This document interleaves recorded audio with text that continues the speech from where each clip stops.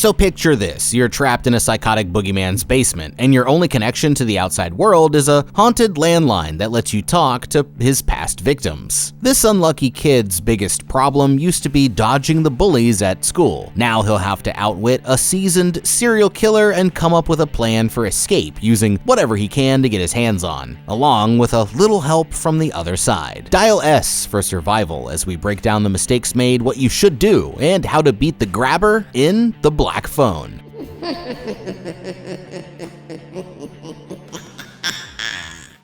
The year is 1978, and it's a beautiful day for a ball game in the suburbs of Denver, Colorado. But this idyllic slice of Americana hides a deadly secret just below the surface. Pint-sized pitcher Finney takes the mound. It's the bottom of the ninth, and Finn needs to put this batter away to secure his win for the team. Collecting himself, Finney glances at his sister before delivering his third pitch, which Bruce crushes out of the park for a walk-off home run. Better luck next time, kid. In the post-game handshake, Bruce graciously compliments his opponent on his mint throwing arm. Sometime later, he cruises the suburban streets on his bike, shooting smiles at his admirers and just generally vibing out. That is, until he crosses paths with a creepy blacked-out van. In his kitchen, Finney eats breakfast at the kitchen table. His dad, dressed in a blue-collar work uniform, pulls up a chair to join him. Finney's dad peers over the page of his newspaper to gripe at his son for slurping his cereal too loudly. Just then, his sister Gwen accidentally lets the bread box door slam open with a bang. It seems this household dynamic is a bit tense. On their way to school, Finney and Gwen notice a missing poster featuring none other than Bruce Yamada. Bruce has been missing since July, and Finney expresses doubt that his on-time baseball rival will ever be found. As they continue on their way, they stumble upon a fight between two neighborhood kids. The bandana-clad Robin is squaring off against a much larger classmate, Moose. Robin proves to be a nimble fighter and quickly dispatches his opponent despite his significant size advantage. He then pummels the dazed Moose even further as the crowd of kids cheer on, and Finney ushers his sister away from the violent scene.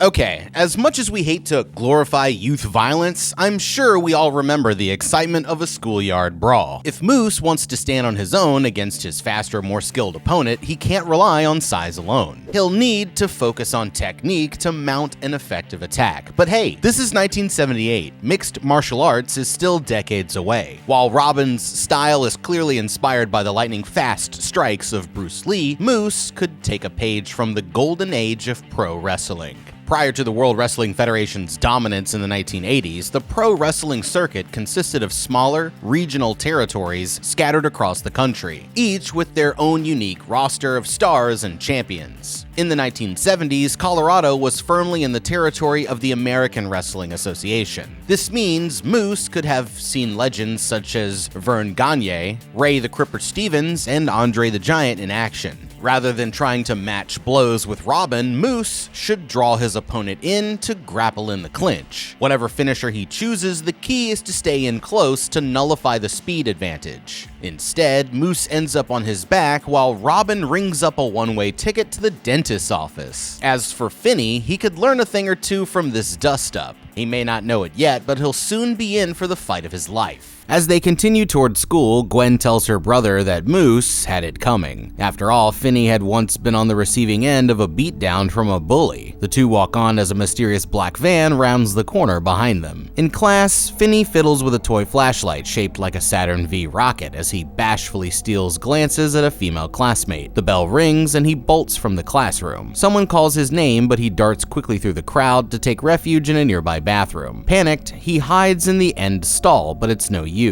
His pursuers have him cornered, and it seems like Finney is in for another beating. Just then, the bathroom door swings open, and it's Robin, there to wash the blood from his knuckles following his earlier encounter with Moose. Robin strikes up a conversation with Finney, and the would-be attackers turn and leave. But before they go, Robin warns them not to mess with Finn again, or else. He tells Finney that he needs to start standing up for himself, and asks if he is free to come by after school again to help him with his math homework. Finney agrees, and they plan to meet up later. In her class, Gwen is called to the principal's office. Two detectives Detectives Miller and Wright are there to talk to her. It seems like Bruce's sister, Amy, has spoken to authorities about a dream Gwen had about her brother. In this dream, Bruce was taken by somebody in a van filled with black balloons. It just so happens that black balloons were found at the scene of the crime, as well as at the site of another abduction. These details were never made public, and the detectives think that Gwen might know more about the crimes than she's letting on. After prying further, Gwen tells investigators that her dreams are sometimes more than just dreams.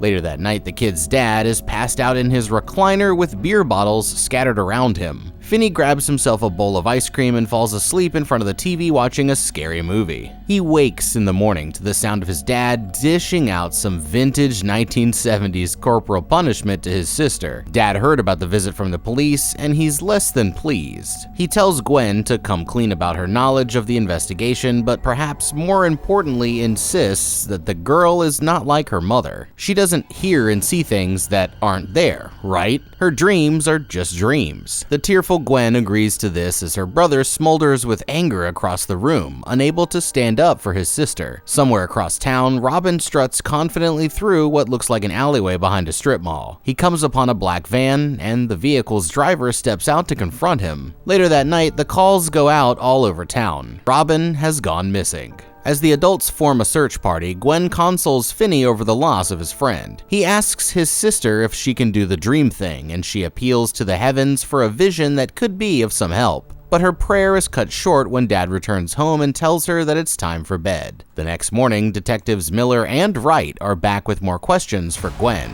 much to her father's dismay. Meanwhile, without Robin to protect him, Finney is chased down by the bullies from before. Gwen runs to the rescue, beating one of the boys with a rock before taking some punishment herself. With Gwen out of commission, Finney is left to take the brunt of the abuse.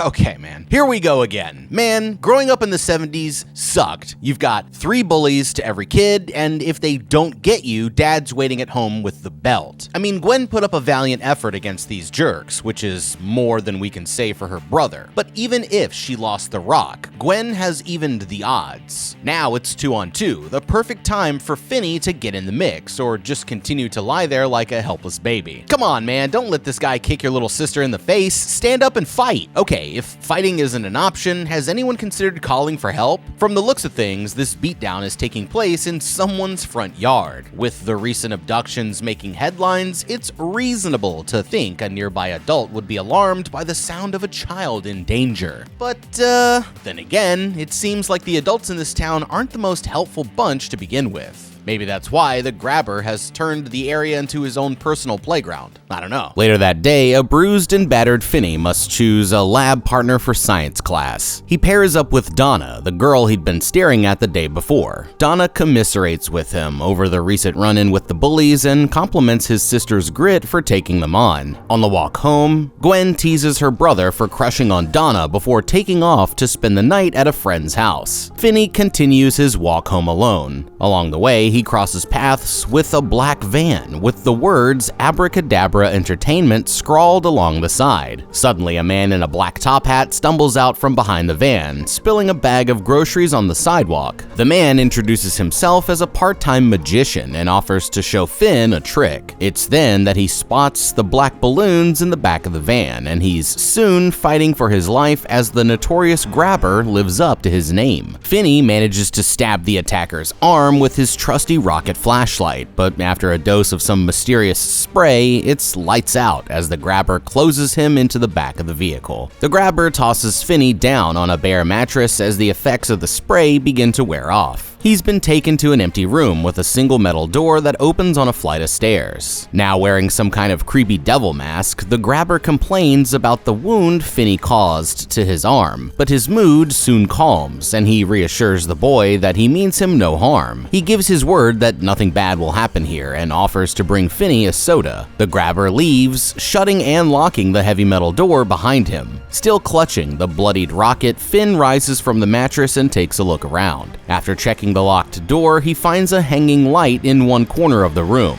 This reveals an alcove with a toilet and what appears to be a few rolled up rugs. Other than that, the room is empty except for a black rotary phone hanging from the back wall. Finney takes the handset from the receiver, but there is no dial tone. The phone line has been cut, which means he won't be calling for help anytime soon. Exhausted from his ordeal, he lays down on the mattress and closes his eyes. Okay, Finney might not be much of a fighter, but he's certainly not the most observant kid in the world either. Right from the start, he missed several obvious red flags that could have kept him free from the grabber's clutches. I mean, didn't anyone ever tell you not to talk to strangers? You're walking along, and this weirdo with a freakishly pale face pops out from behind a creeper van. Better stick around and see where this is going. With so many of his classmates already missing, Finney should be on high alert for anything out of the ordinary. In all honesty, the sight of the van alone should have been enough to send him packing to the other side of the street, never mind hanging around to see what tricks this ghoulish stranger has up his sleeve. But perhaps the biggest red flag of all are the black balloons he spots in the back of the van. Now, it's possible that Gwen didn't tell her brother about her dream tying these balloons to the disappearance of the other boys, but from his reaction, it seems like Finney has some idea of their significance. Rather than leaning in for a closer look, he should get the hell out of there at the first sight of these things. Once confined to the basement, Finney should look around for anything he could use to fight back. And as luck would have it, the grabber has given him an incredible gift. A true equalizer in the realm of improvised weaponry, the lid to the toilet tank. All he needs to do is just wait to the side of the door for his kidnapper to return. And as soon as the door swings open, raise the heavy porcelain lid high and bring it down with force onto the grabber's dome. That should be enough to knock him unconscious, or at least stun him long enough to deliver more blows and take him out. But wouldn't the grabber see him waiting there? Not with that dumbass mask obscuring his peripheral vision. Unfortunately, the only thing holding Finney back from launching a successful attack is himself. He's shown time and time again that he's either unable or unwilling to fight. If he's going to survive this, he's gonna have to find another way. At her friend's house, Gwen gets a call from her father. He's asking about Finn, who hasn't been seen since school that day. This news sends Gwen into a panic, and she takes off running for home. Once there, she finds a street full of police cruisers and the two familiar detectives speaking to her father. The distraught Gwen turns to prayer, but is soon distracted by the sound of a ringing phone. In his makeshift cell, Finney hears the ringing too, and he rises from the mattress and tries the phone again, but the grabber, who's been watching from the shadows, will tell him soon that it won't work. The grabber promises that he'll take Finney home soon, but in the meantime, there's something or someone upstairs that requires his attention. Finn wonders if it's the police and bargains with the bad man to let him go. He threatens to scream, which would alert anyone outside who may be looking for him. The grabber assures him that this would be pointless, as he's thoroughly in a soundproofed room. He tells Finney to hang up the phone, adding that he once heard it ring despite being disconnected, a phenomenon he chalks up to static electricity. Finney does as he's told, and the grabber returns upstairs, shutting the door behind him. With his abductor gone, Finney decides to test the soundproofing. He screams for help at the top of his lungs, but just as the grabber promised, his pleas go unheard. Next, he tries jumping up to grab a hold of a barred ground-level window, but it's simply too high to reach. He realizes he's far from the first victim to be held in this room. If anyone could reach the window and pry off the bars, they would have done it by now. He sits back in as the reality of the situation begins to sink in. But just then, the phone rings. Finney answers, but there's no one on the other end. Confused, he hangs it up and goes back to sleep.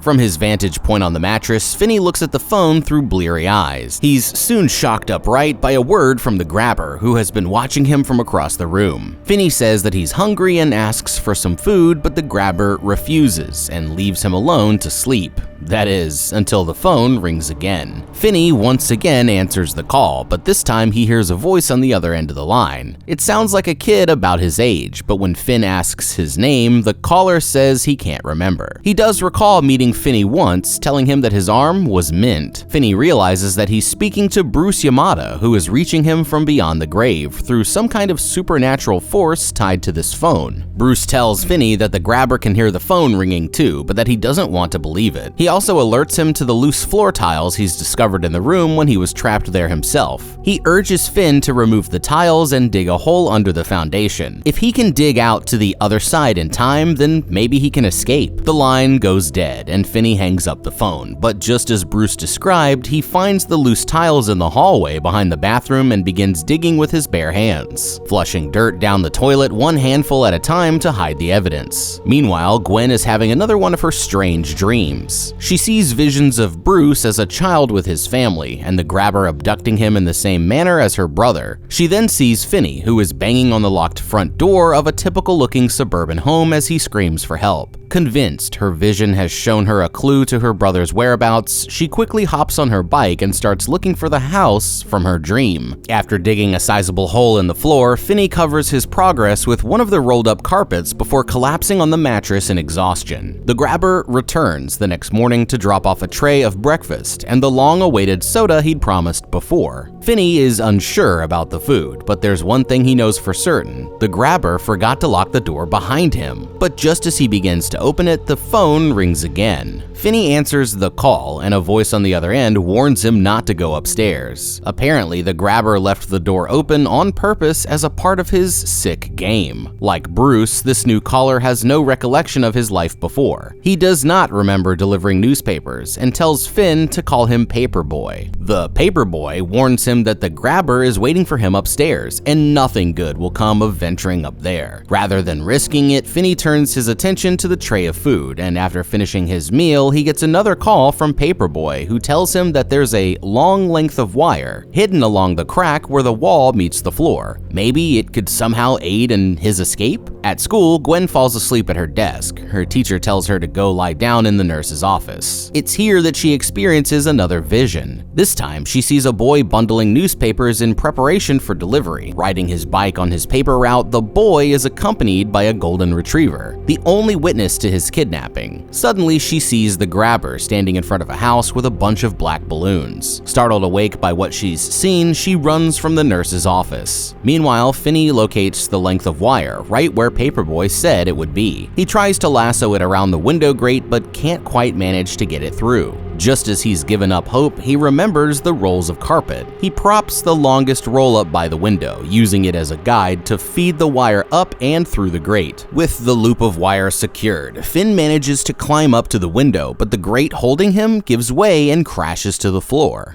Okay, we're making some progress here. Even if he can't reach the window to climb out, pulling the grate off should get Finney one step closer to freedom. While the rest of the basement may be reinforced and soundproofed, it's pretty clear this window is just an ordinary pane of glass. With the metal bars removed, he should be able to break the glass with relative ease by throwing something through it, like the soda bottle. Now that the glass is shattered, the benefit of soundproofing literally goes out the window, and Finney can scream for help. If he's lucky, a passerby may hear his cries and alert the authorities. Or maybe the person upstairs the grabber alluded to before will hear him and decide to investigate. Otherwise, the bottle itself could be made into a decent weapon. It's simply a matter of breaking off the end, and Finney's got himself a good old-fashioned barroom shank. I mean, he's already managed to cut the grabber once with his toy rocket while in a complete state of panic. With a calm head and a much sharper implement, he could probably cause some serious damage. Maybe when the grabber returns to check on him, Finney hits him with the old "I'm so sick" routine, doubled over with the improvised weapon concealed. And when the scumbag gets close enough, he strikes and doesn't let up until he's finished the job. I mean,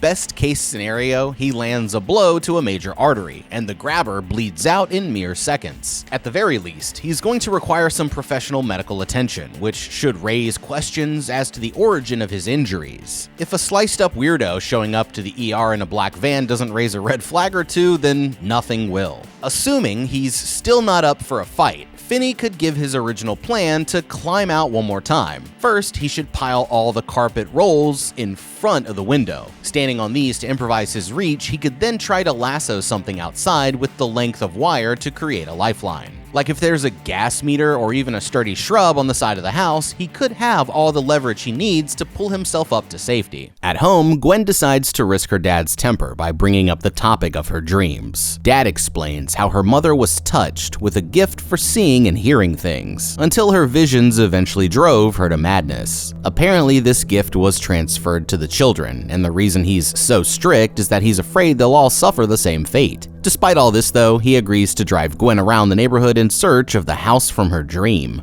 Elsewhere, the detectives are canvassing for leads. They knock on the door of a nervous-looking fellow named Max, who welcomes them inside to discuss the case. Max has theories of his own about the grabber, laid out in details across the maps.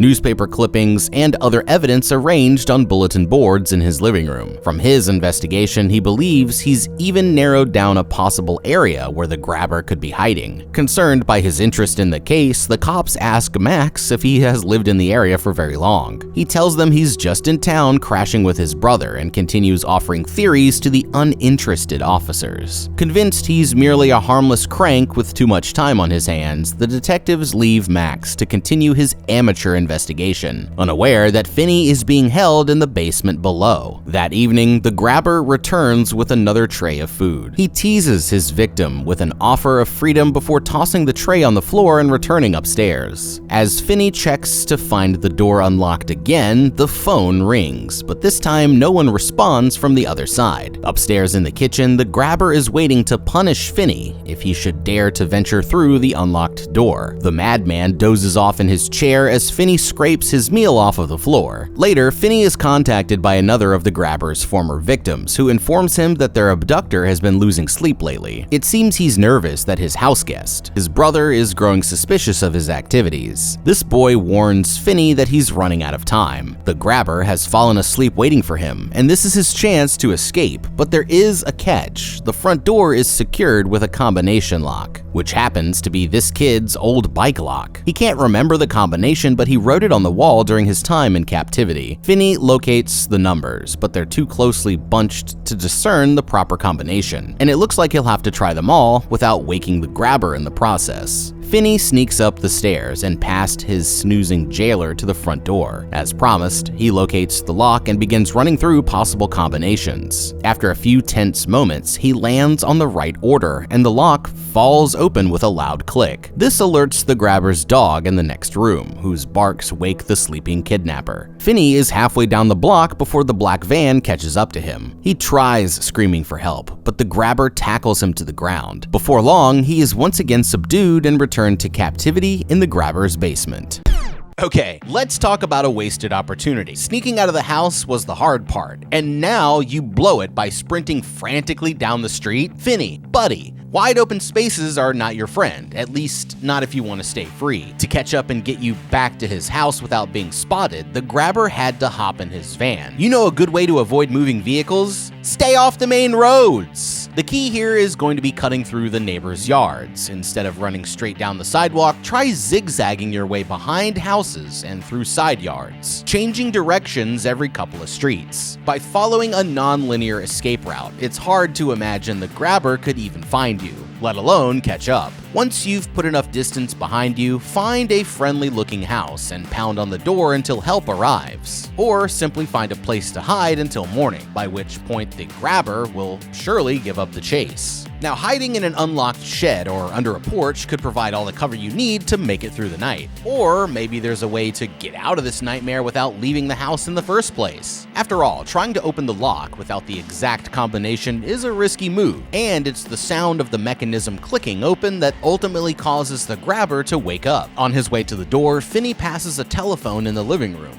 Now, by the mid-1970s, the enhanced 911 system had already been standardized. This includes features we know today, such as automatic location and number identification. In theory, Finney could simply dial 911, leave the phone off the hook, and find a convenient hiding place somewhere in the living room to wait for the authorities. Behind the couch, for instance. Meanwhile, the grabber can continue his little nap undisturbed until the police show up to check on the call. With nothing to spoil his slumber, the cops will have a clear view of him sitting there in his freaky-ass mask as soon as they arrive on the scene. And by the time that he removes the combo lock and opens the door, there's a good chance that they'll already have the blicky drawn. Even if the grabber decides to make a break for it, it's likely that Finney has already done enough to ensure his escape. Whether the police breach the door or his captor opens it freely, all he has to do is make himself known, and the grabber is toast. The next morning, an aggravated Finney wakes to the sound of the ringing phone. He's understandably frustrated, as the advice he's received from his counterparts on the other side has done little to help his situation. This time, the voice that responds is decidedly more confrontational than the previous callers. It's the aforementioned Pinball Vance Hopper, the former toughest kid in school. Hopper warns Finney that this is his last day. If he's going to outwit the grabber, he'll have to act now. Vance flashes back to a time when he brutalized two lads in a convenience store for interfering with his game of pinball. If someone this tough could fall to the grabber, what chance does Finney stand? Somehow, Gwen has also harnessed her supernatural gifts to enter Vance's reverie. In this vision, she sees him carve a number into one of his victims' arms with a switchblade, 7741. When the police arrive to take Vance away, Gwen joins him in the back seat of the cruiser. The ride ends in front of the same brick house from her last dream. This time, the address numbers of her house are clear, 7741. Gwen awakes in the bathtub with a jolt and begins to process this new information. Back in the basement, Vance talks Finney through the new plan. In the alcove with the toilet, there's a wall with an electrical socket. On the other side of the wall is a storage room. Vance managed to break through this wall during his time in the basement, but found the path was blocked by a large upright freezer. If Finn can break through the wall, he can expose a panel in the back of the freezer, unscrew it, and crawl through the appliance to the storage room. After a final parting outburst from the former bully, Finney gets down to business, putting his plan into motion. Using the lid from the toilet to bash through the wall, he locates the freezer panel. He then strips parts from the toilet and uses a washer as a makeshift screwdriver to remove the bolts holding the panel shut.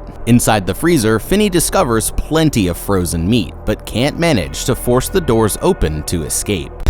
Okay, did someone say electrical socket? Finney, my boy, pack your bags because you're getting out of here. First, take the wire from before and strip the protective shielding from both ends to expose the metal core. Now unscrew the water line from behind the toilet so that water begins to flood the room. We don't want any of it escaping through the hole you dug earlier, so use one of the sturdier rolls of carpet to divert the flow away from that area. Now, assuming an average flow rate of 2.2 gallons per minute, common to domestic fixtures, there should be enough water to cover most of the basement floor in no more than an hour. Depending on how long the grabber is gone, there could even be inches of accumulation. The next part of this plan involves spending a good amount of time in the freezer you just opened up. So make it more comfortable by lining the inside with yet another piece of carpet. Hey, if he's going to leave so many of these things lying around, you might as well put them to good use. From the safety of your chilly perch, you're all set to put the finishing touches on your trap. Place one end of the wire into the water that's accumulated below and wait for the sound of the grabber entering the room. As soon as he sets foot on the soaked floor, jam the other end of the wire into the socket beneath you, and be careful to only handle the portion still covered by the protective shielding. You'll be safe from harm inside the freezer while the grabber rides the lightning straight to hell. Now, there's a good chance this little maneuver will trip the circuit breaker, so timing is everything. Once the grabber is good and fried, kick the wire free from the outlet, just to be safe and get the hell out of there. But hey, this is all highly theoretical.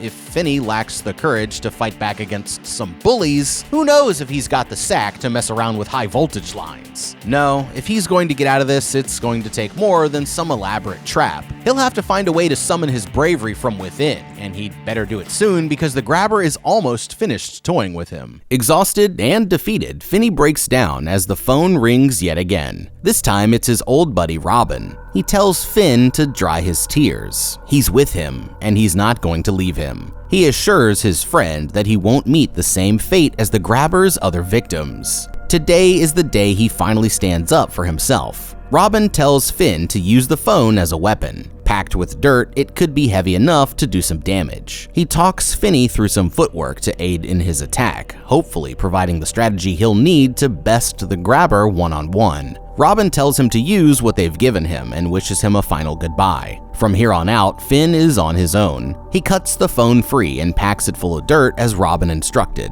Back on the hunt for the house she saw in her dreams, Gwen rides her bike through the rainy suburban streets. Suddenly, she's face to face with the apparitions of the missing boys, causing her to lose control and crash. When she gets up, she realizes she's right in front of the house that she was looking for. She rushes home to alert the authorities. Finney's time is almost up. The grabber procures some supplies for the final steps of his twisted game, while brother Max ponders his evidence in the living room. Across town, the detectives spring into action after receiving Gwen's call. Meanwhile, Max begins to put the pieces together. His brother's house is within the radius he'd established for the grabber's hideout. Could the answer have been staring at him all along? As the lights come on in the basement, Finney readies his weapon for the fight, but instead of the grabber, the incredulous Max steps through the doorway. Max promises to go for help, but an axe blow to the head quickly puts a stop to that. The grabber has come home early, and he doesn't look happy to see Finney. Outside, the police arrive at the scene where Gwen is waiting. She points them to the house, and they pound on the door with their guns drawn. They breach the entryway, but the place seems to be empty. The grabber and Finney aren't here. In the basement, the grabber retrieves his axe from his brother's skull and calls his enormous dog downstairs to stand watch as he finishes his latest victim. He swings the axe, but Finney dodges out of the way at the last minute, running for cover in the hallway behind the bathroom. The grabber gives chase, but Finney has rigged the wire across the floor to trip him, and he plummets into the carpet-covered hole in the floor. This is also where Finney had stashed the grate from the window, and the grabber's ankle snaps on impact with the debris. Finney seizes on his opportunity to wail on his assistant with the phone, making the most of Robin's fighting instructions. He lands a few solid blows before ripping the lunatic's signature mask from his face. As the grabber recoils from the loss of his psychological shield, Finney wraps the phone cord around his neck to finish the job. Just then, the phone rings one last time. The killer is taunted from beyond the grave by his previous victims before Finney delivers the coup de grace, snapping his neck.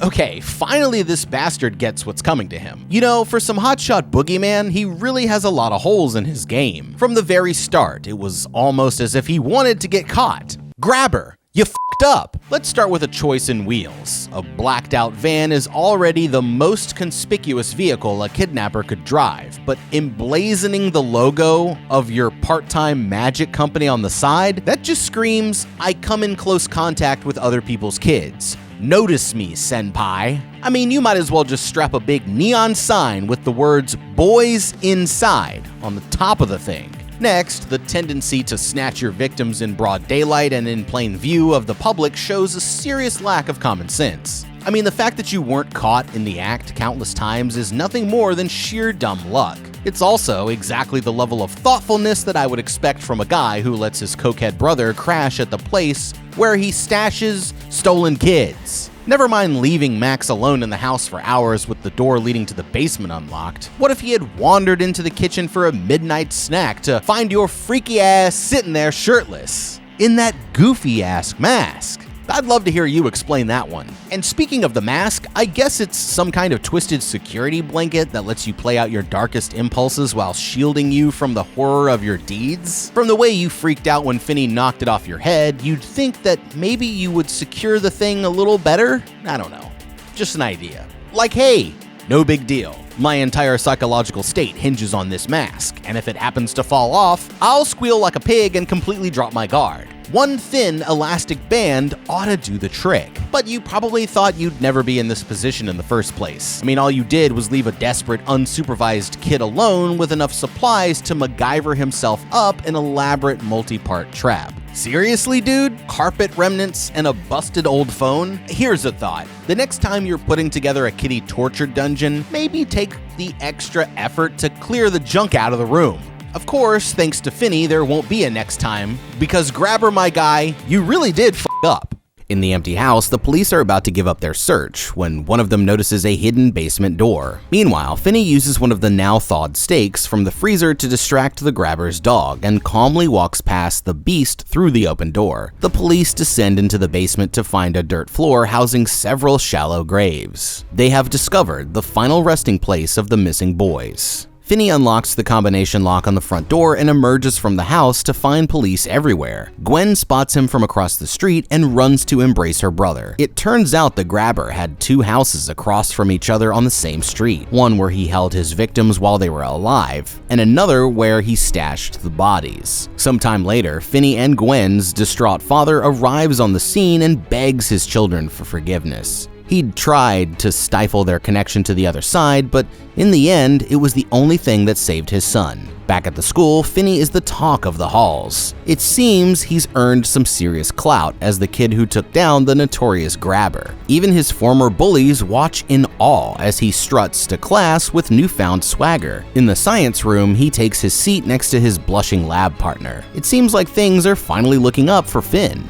I mean, he managed to survive where the others failed, answering Destiny's call to defeat a crazed killer, and find his confidence along the way. For his sake, let's just hope he never has to answer a call like that ever again. The Black Phone. Man, this movie came out of nowhere for me, and it was cool to see Ethan Hawke play a baddie. So I really f***ed with it, and I'm glad we got to cover it here on the show. But if there's anything that you would have done differently, you gotta let me know down in the comments below. Thank you so much for watching. Leave a like and subscribe, and check out that How to Beat playlist for more videos just like this one. I'm the guy. We'll see you in the next video, and have a damn good day.